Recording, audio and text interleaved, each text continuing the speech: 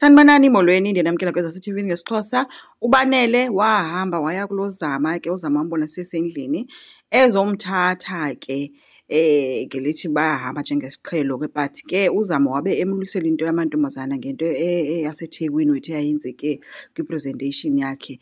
Kwaba khona enye yentombi ezazilana noBanele apho, but ke uBanele endaweni yoba acela uxolo uvele wacela umtshato. Then wamthatha kuBanele bemka noZama apha amsekhona umsekwindawo azofike khona bawuthenga khona ii-rings bawukhetha. Wacela umtshato without i-ring, wavuma ke uZama ke. So utata kaZama ke washiyeka exelelwa nguphinda ke into yoba uZama akalelanga endlini and uvakala into yoba umke noBanele. Yho, wacaphuka kutatakhe wafowunela iinkabi zakhe wazixelela into yoba apho zimfumene khona uBanele zimdubule afe. So nyhani ke uBanele uhambile ke noZama. Xa ebuya ke ngekusasa ebuyisa uZama, umbuyise nje wamdropha kwabo, then waqhubeka kwahamba indlela yakhe. But iinkabi zabe sezilapha ke zambamba zamdubula zamshiya elele apho zingamani noba uyaphila noba ufile na. uZama ke uthi esefikile ke kowabo ke wabe sencokola notatakhe ke emxelela into yoba utatakhe bemnikeza iziyalo ke nguBanele. Wabe sithi omnye, no, uBanele awumazi, uBanele uyandithanda and uBanele undithanda ngale ndlela wena uthanda ngayo umama uthanda ngayo umama wam. So I know into yoba if bekuthiwa kuya ngawe wena ngabe umntu owaswelekayo nguwe endaweni kamama wam, noBanele ke angayithatha ibullet for mna. So aye amtyakela amazwi ke uNtanzi. uZama ke seshiyekile uye washiyeka seyehamba ke eyofowunela ke laa nkabi imbuza into yoba umfumene nawo lo mfana and kwenzekile. Athi ke inkabi yonke into seyenzekile, uBanele usekweli isokolo isemkhulu wakhe njengangoku ikhonfemile nje. So oko kuNtanzi ehleli phantsi ke into ke eneenyembezi ke uyazisola. uZama yena ngapha ubhizi yazama ufonela uBanele dololo ukubanje ifowuni kaBanele. So aka-understand uba kwenzeka ntoni. Uyise ngapha uyazisola ubalisela ubrother wakhe uba yeyi uZama ufana noba umbulele ngohlobo olu achaze ngalo uthando lwakhe noBanele.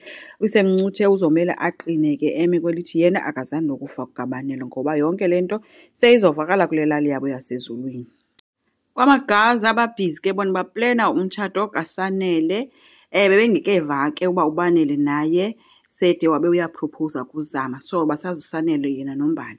Kuthe kusenjalo ke bafumana i-call esuka kuMbali etshoyo uba uSanele usesibhedlele. uSanele ke after ethethe noBanele khangazive rayithi uBanele engekadutyulwa, kanti lonke eli xesha kusho ukuthi iinto zabo ziyahambelana amagazi abo, because uthe uBanele xa edutyulwa uSanele wawa esikolweni wafeyinta.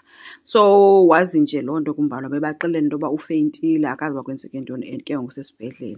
So bagijima ke bahamba babheka esibhedlele ngoba kuthiwa makufowunelwe uBanele, uBanele akafumaneki.